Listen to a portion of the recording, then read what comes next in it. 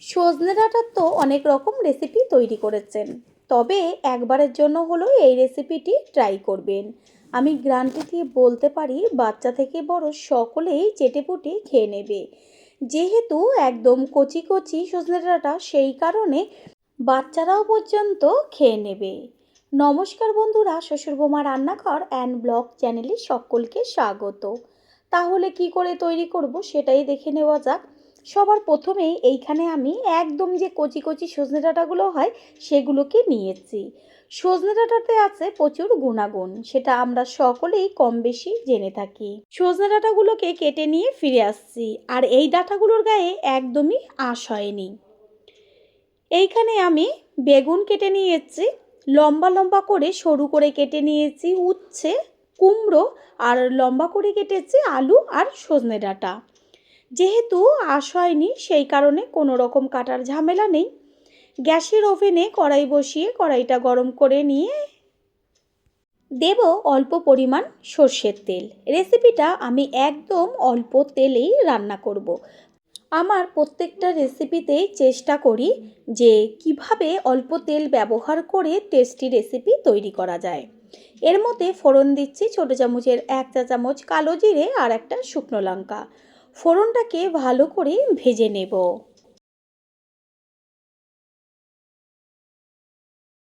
ফোড়নের থেকে সুন্দর একটা মিষ্টি গন্ধ বেরোচ্ছে। এই পর্যায়ে এর মধ্যে দিয়ে দেব লম্বা লম্বা করে কেটে নেওয়া আলু। আলু সিদ্ধ হতে একটু বেশি সময় লাগে, সেই কারণে আগের থেকেই আলুটাকে দিয়ে ভেজে নেব। আলুর মধ্যে দেব 1/2 চা চামচ পরিমাণ লবণ আর 1/2 চা চামচ পরিমাণ হলুদ গুঁড়ো। হলুদ আর লবণটাকে মিশিয়ে নিয়ে গ্যাসের ফ্লেম মিডিয়াম টু লো করে দিয়ে আলুগুলোকে হালকা করে একটু ভাজবো।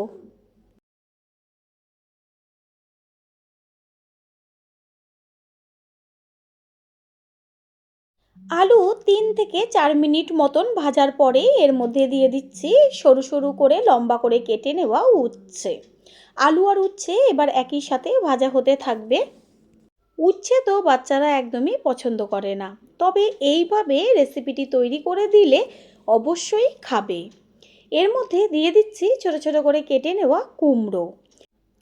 কুমড়ো 2 রকমের হয়, একটা একটু ভুসো টাইপের, যেটা দেওয়ার সাথে সাথেই গলে যায়, আর এটা যেহেতু আঠালো কুমড়ো সেই কারণে এটা সিদ্ধ হতে একটু বেশি সময় লাগে, তবে যেমন মিষ্টি তেমন টেস্ট। এগুলো এবার ঠিক এইভাবেই ভাজা হতে থাক।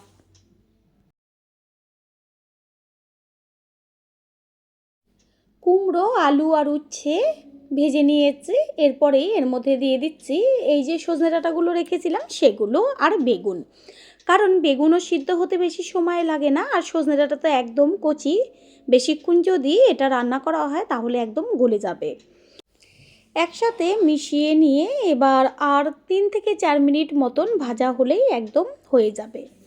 এটা ভাজা হতে থাক। অন্যদিকে আমি গ্যাসের অন্য ওভেনে একটা তড়কা প্যান বসিয়ে তাতে দিয়ে দিচ্ছি 1 চা চামচ পরিমাণ পাঁচফোড়ন। গ্যাসের ফ্লেম লোতে রেখে পাঁচফোড়নটাকে ভালো করে ভেজে নেব। যখন দেখবেন হালকা চটপট হয়ে ফুটতে শুরু করেছে আর বেশ একটু ধোঁয়া উঠছে, তখনই গ্যাসটা অফ করে দিয়ে এটাকে নামিয়ে নিতে হবে, না হলে পুড়ে যাবে আর সুন্দর একটা গন্ধ সেটা আর আসবে না। থেতনির মধ্যে করে তারপরে হালকা করে একটু থেতো করে নিলেই খুব সুন্দরভাবে গুঁড়ো হয়ে যাবে। মশলাটা গুঁড়ো হয়ে গেছে। অন্যদিকে যে ভাজাটা আমি বসিয়েছিলাম সেটাও কিন্তু খুব সুন্দরভাবে ভাজা হয়ে গেছে। এর মধ্যে আমি দিয়ে দেব গ্রেট করে নেওয়া আদা 1 চা চামচ পরিমাণ।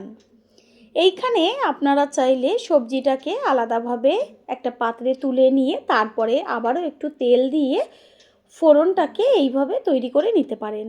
তবে আমি অল্প তেল দিয়ে কিভাবে সুস্বাদু রান্না করা যায় সেটাই শেয়ার করছি। এর মধ্যে দিয়ে দিচ্ছি আদা আর কাঁচা লঙ্কা। গ্যাসের ফ্লেম কিন্তু লোতেই থাকবে। দেব 1 চা চামচ ধনের গুঁড়ো আর 1 চা চামচ পরিমাণ জিরের গুঁড়ো দিয়ে তারপরে এর মধ্যে অল্প করে জল দেব, যেন মশলাটা পুড়েও না যায় আর গন্ধটা নষ্ট না হয়ে যায়। দিয়ে দিচ্ছি অল্প পরিমাণ জল। জল ও মশলা সব কিছুর সাথে মিশিয়ে নিয়ে এইভাবে কষাতে দিতে হবে 3 থেকে 4 মিনিট মতন, যতক্ষণ কাঁচা গন্ধটা না যায়। এর মধ্যে এই সময় আমি দিয়ে দেব ছোট্ট ছোট্ট করে কেটে নেওয়া টমেটো। এখানে আমি একটা বড় সাইজের টমেটো ব্যবহার করেছি। একটু হাই ফ্লেমে রেখে যখন জলটা ফুটবে মশলাটার সাথে, তখন গ্যাসের ফ্লেম মিডিয়াম করে হতে দিতে হবে। পুরনো বন্ধুদের সবসময় আমাদের পাশে এইভাবে ভালোবেসে থাকার জন্য অনেক অনেক ভালোবাসা। মশলার থেকে কাঁচা গন্ধ চলে গেছে, দেখাই গেল নামমাত্র মশলা দিয়ে কত সুন্দর সুস্বাদু একটা রেসিপি তৈরি করছে। ভাজাতেই তো অর্ধেকের বেশি সিদ্ধ হয়ে গেছে সমস্ত সবজি। আর অল্প পরিমাণ উষ্ণ গরম জল দিলেই রেসিপি সুন্দরভাবে তৈরি হয়ে যাবে। এটা মাখা মাখার থেকে বেশি একটু হালকা ঝোলঝোল থাকবে, সেটা কিন্তু বেশি টেস্টি লাগবে খেতে। যেহেতু কচি সজনে ডাঁটা, সেই কারণে ডাঁটাও বেশি সময় লাগবে না সিদ্ধ হতে। গ্যাসের ফ্লেম হাই করে দিয়েছি, জলটা খুব সুন্দরভাবে টকবক করে ফুটছে। এবার এর মধ্যে দিয়ে দেব ওই যে পাঁচফোড়নটা গুঁড়ো করে রেখেছিলাম, সেই গুঁড়োটা। সম্পূর্ণ গুঁড়োটাই আমি এর মধ্যে ব্যবহার করব। সবজির পরিমাণ অনুযায়ী পাঁচফোড়নের গুঁড়োটা কম বেশি ব্যবহার করতে হবে। পাঁচফোড়নের গুঁড়োটা দেওয়ার সাথে সাথে এত সুন্দর একটা গন্ধ বেরোবে, চারদিক একদম মমা করবে। এবার ঢাকনা চাপা দিয়ে দেব গ্যাসের ফ্লেম মিডিয়াম করে দিয়ে। প্রথমবার যারা আমাদের চ্যানেল ভিজিট করছেন তাদের আন্তরিক শুভেচ্ছা ও অনেক ভালোবাসা। আমাদের রেসিপিগুলো যদি ভালো লেগে থাকে সাবস্ক্রাইব করে দেওয়ার অনুরোধ রইল, ও পাশে থাকা বেল আইকনে ক্লিক করলে পরবর্তী ভিডিওগুলো সবার আগে আপনাদের কাছে পৌঁছে যাবে। 3-4 মিনিট বাদে কড়াইয়ের ঢাকনাটা সরিয়ে দিয়ে গ্যাসের ফ্লেম হাই করে একটু ওপর নিচ করে মিশিয়ে নেব। আর একটু চেক করে নিয়েছিলাম লবণ লাগবে কি না। লবণের প্রয়োজন, সেই কারণে 1 চা চামচ পরিমাণ লবণ দেওয়া হলো। লবণটাকে মিশিয়ে নিয়ে আবারও একটু ঢাকনা চাপা দিয়ে দেব। একটু বাদে ফিরে এসে কড়াইয়ের ঢাকনাটা সরিয়ে দিয়ে সম্পূর্ণটা একবার খুন্তি দিয়ে নেড়েচেড়ে দেব। যতটুকু ঝোল রয়েছে ঠিক এই পর্যায়েই নামিয়ে ফেলতে হবে, কারণ ঠান্ডা হওয়ার পর আরেকটু টেনে যাবে।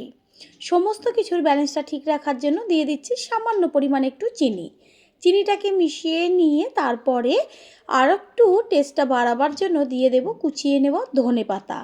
ধনেপাতা দিয়ে আর কোনো মশলার প্রয়োজন নেই, গ্যাসটা অফ করে দেব।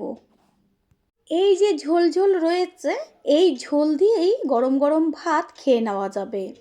এবার একটা পাত্রে তুলে নেব। তৈরি হয়ে গেল আজকের রেসিপি। আশা করি রেসিপিটি ভালো লাগলো। আর যদি ভালো লেগে থাকে একটা লাইক, কমেন্ট, পারলে একটা শেয়ার করে অবশ্যই জানাবেন।